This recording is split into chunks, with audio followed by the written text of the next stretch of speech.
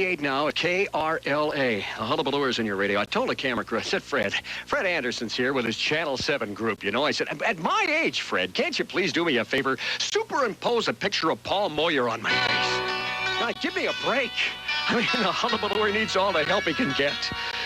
Here are the Eagles from KRLA. Dave Hull sat in this same seat almost 20 years ago.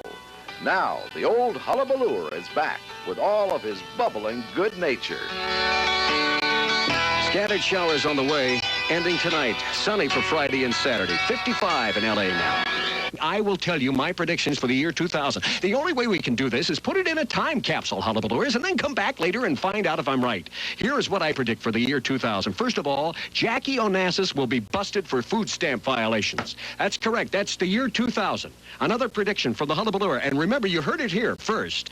President Sammy Davis III will send National Guard troops into Beverly Hills after 3 straight nights of mass PTA meetings. If you counted up the number of stations you've worked for in this town, you've covered a lot of ground, huh? Oh, yeah, I have. I've worked this one twice, KRLA here twice. I worked at KFI twice. I worked at KGBS twice. I worked at KMPC once.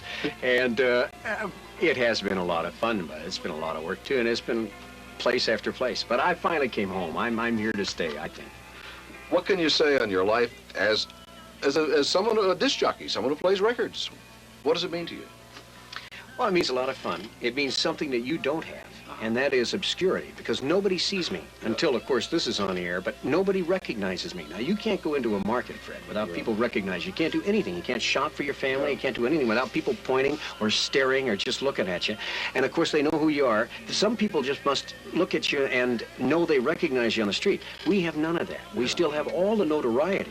We still have all the places to go that you do, too, such as, you know, meeting the stars and being with them and all of that stuff. But we don't have to put up with it because we're rather obscure, because nobody sees us.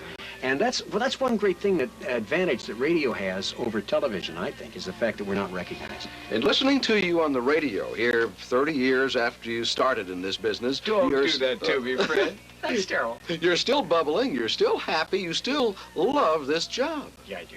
I love radio, and I love this town. This is really my town, and I love this station, Fred, because this is where it started for me, in Los Angeles at KRLA. So I'm back home. When they asked me to come back to work here, it's like coming back home.